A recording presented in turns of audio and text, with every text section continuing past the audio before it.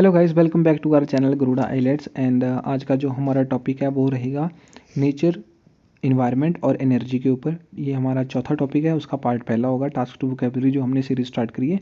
अगर अभी तक किसी ने प्रीवियस सेशंस नहीं देखे, प्लेलिस्ट में जाकर प्रीवियस सेशन देख सकते हैं, लिंक आपको डिस्क्रिप्शन में भी मिल जाएगा।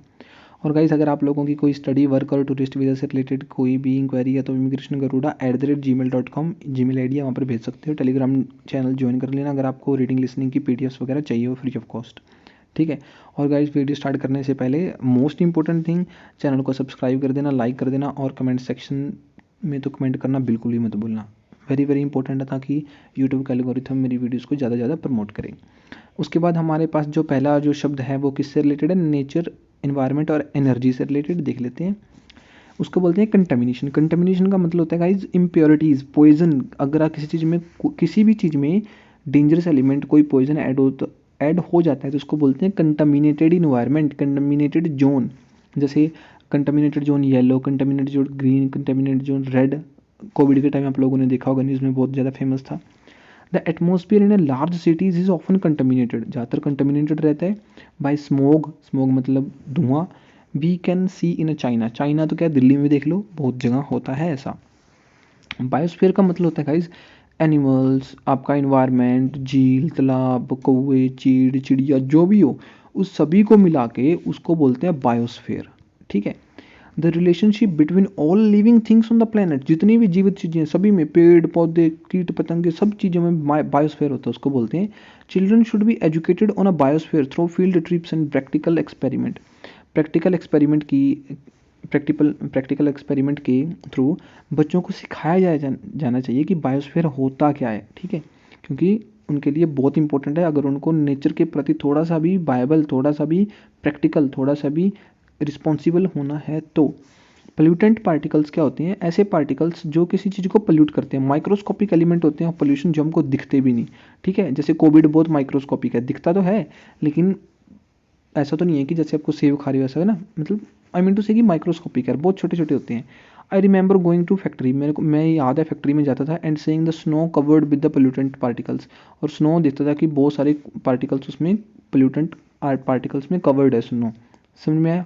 और स्मोक प्लस स्नो को बोलते हैं स्मॉग। ध्यान में रखना, स्मोक प्लस स्नो। जब स्नो, जो स्मोक है वो स्नो के साथ मिल जाए, भारी हो जाती है ना, उसको स्मोग बोलते हैं, जो आपको धुंध के समय ज़्यादा देखने को मिलती है। पोल्यूटेंट पार्टिकल्स होती हैं। जैसे अगर आप लोगों ने कभी पढ़ा हो तो हमारे एक चैप्टर था, उसको था कि वो यार चूड़ियों से रिलेटेड था, बैंगल से रिलेटेड था। वो कांच की बैंगल्स पहले लोग बनाते थे तो वहाँ पर लोग अंधे हो जाते थे। क्यों? क्योंकि जो कांच के बैंगल्स के माइक्रोस्कोपिक एलिमेंट्स हैं वो आँख में घुसते रहते थे और 10-15 साल बाद लोग अंधे हो जाते थे। समझ में आया? एक चैप्टर भी था ऐसा, ध्यान नहीं है, पता नहीं 6th में 7th में था। रन ऑफ देखो, water that runs from the ground into the river and lakes. ऐसा वाटर जो पहले पहाड़ों से होता हुआ, नदी नालियों से होता हुआ लेक में या समुद्र में गिर जाए, उसको रन ऑफ बोलते हैं। We should try to collect and use more run off water to avoid having to recycle water so much. भाई रिसाइकल वाटर करने की ज़रूरत ही ना बचे तो हमको रन ऑफ वाटर जो नालियों में तो क्या, नदियों में जो पानी होता है उसको कलेक्ट करके यूज़ करना चाहिए। वही बात होगी ना, अगर आप लोग नदियों का पानी कलेक्ट करोगे, वो समुद्र में जाएगा नहीं, फिर कंडेंसेशन होगा नहीं, वेपोरेशन होगा नहीं, फिर रिसाइकल फिर ख़त्म हो जाएगा। सिंपल सी बात है गाइस, ह्यूमन कितना भी कोशिश कर लेना वो नेचर को नुकसान पहुंचाएगा ही पहुंचाएगा, इन वन वे और अदर वे। कोई फ़ायदा नहीं इन चीज़ों का। आगे देखते हैं। द वाटर साइकिल आप लोगों को भी बताया मैंने, वेपोरेशन, कंडेंसेशन, फिर उसके बाद बादल बनते हैं, बारिश होती है नदियों नालियों से जाता हुआ फिर समुद्र में, फिर वेपोरेशन, कंडेंसेशन, बादल बनते हैं, ये उसको बोलते हैं क्या? The water cycle. The natural cycle process of water moving from a cloud to rain and the sea.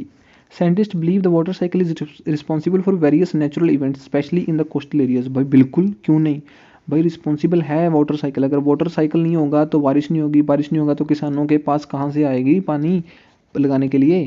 भाई हम ग्राउंड से तो ले नहीं सकते सारा का सारा पानी, बहुत बारिश से भी तो डिपेंड होते हैं ना। एक्वीफायर्स होते हैं अंडरग्राउंड जो नेचुरल वाटर स्टोर्स होते हैं, उनको बोलते हैं aquifers sorry. My family have a well which connects to an aquifer giving a very pure water. तो हमारे गांव में एक नल वो है, क्या कहते हैं उसको, वेल है, कुआं है, वहाँ से हम क्या है शुद्ध पानी निकाल लेते हैं।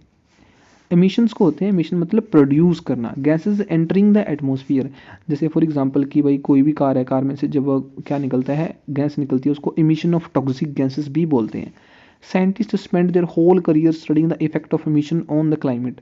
क्लाइमेट के ऊपर हम जो इमिशन कर रहे हैं CO2 वगैरह की, ठीक है, कार्बन मोनोऑक्साइड जो भी है, CO2 MO जो भी है, तो हम साइंटिस्ट उसके बारे में रिसर्च करते रहते हैं कि भाई इसका क्या इफेक्ट पड़ेगा, क्या नहीं पड़ेगा।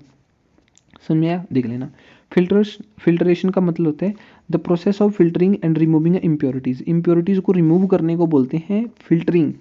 जैसे फिल्टर वाटर हम, जैसे मैं आपको बताता हूँ, RO लोग बोलते हैं कि RO क्या होता है। RO का मतलब होता है रिवर्स ऑस्मोसिस। ऑस्मोसिस का मतलब होता है पानी में बहुत सारी इम्प्योरिटीज़ का मिलना, specially the salt, something like that.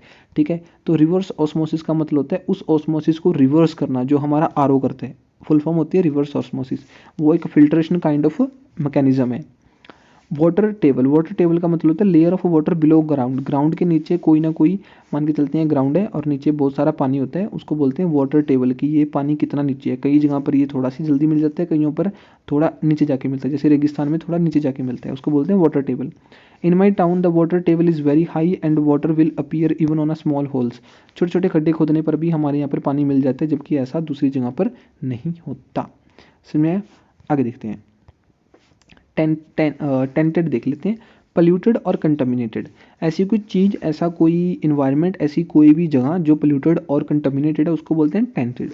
The Mediterranean in badly tainted, हाँ, Mediterranean is badly tainted in some area by sewage pollution.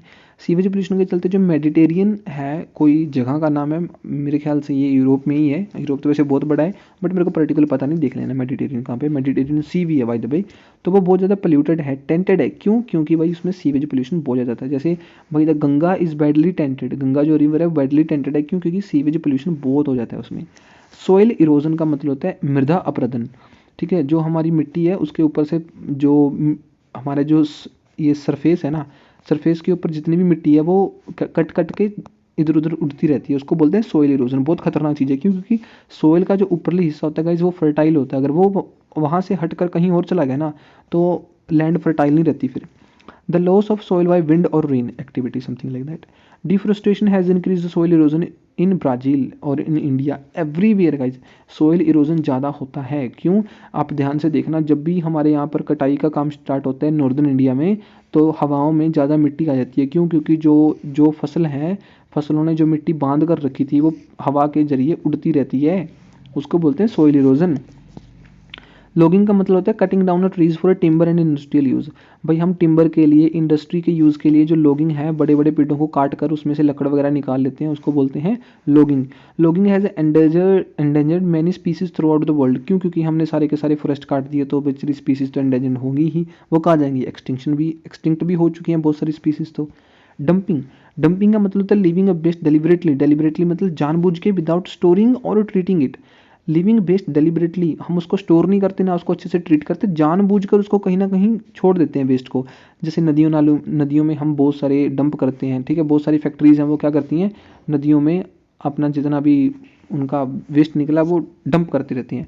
और डंप का एक और मीनिंग होता है, सिद्धू मूसेवाला आपने गाना सुना ही होगा, डंप कितना नहीं, ऐसा कुछ है ना। डंप करने का मतलब होता है कि किसी को छोड़ देना, रिलेशनशिप में डंप कर देना, उसको भी डंप बोलते हैं। बट वो इनफॉर्मल है, फॉर्मल मतलब डंप मतलब वेस्ट छोड़ देना। अब देख लो भाई, वेस्ट छोड़ दिया आपने जो आपके लिए सही नहीं था। वेस्ट वेस्ट तो आप लोगों को पता ही होगा, जो अनवांटेड मटेरियल है जिसको हमको ज़रूरत नहीं है और जो हम विदाउट प्रोसेस कर देते हैं। विदाउट प्रोसेस का मतलब उसको फिल्टर नहीं करते, उसको बोलते हैं waste. In my country we use a waste from the cotton manufacturing for lightning a fire. Cotton जो मैन्युफैक्चरिंग होती है, प्लांट्स होते हैं, फैक्ट्रीज होती हैं, वहाँ से आपको बहुत कॉटन के जो छोटे छोटे मतलब पीसेज हैं वो मिल जाएंगे। और आपको कुछ ऐसा चीज़ मिल जाएंगी जो आप फायर मतलब आग जलाने के लिए उनका इस्तेमाल कर सकते हो। ठीक है गाइस, तो आज से हम सिर्फ इतना ही देखेंगे। इसके नेक्स्ट पार्ट में बाकी के जो वर्ड्स रह गए और टास्क 2 हम वो नेक्स्ट वाले उसके जो पार्ट है उसी में देखेंगे। तो ये तो था हमारा नेचर, इन्वायरमेंट और एनर्जी से रिलेटेड। ठीक है, जिसमें हमने एक ये और ये डिस्कस करा। तो नेक्स्ट हम देखेंगे बाद में। तो मिलते हैं आपको नेक्स्ट वीडियो में। और आपको पता ही है कि चैनल के साथ हमें क्या करना है, सब्सक्राइब और कमेंट और लाइक। ठीक है, मिलते हैं आपको नेक्स्ट वीडियो में गाइस, तब तक के लिए जय हिंद, जय भारत।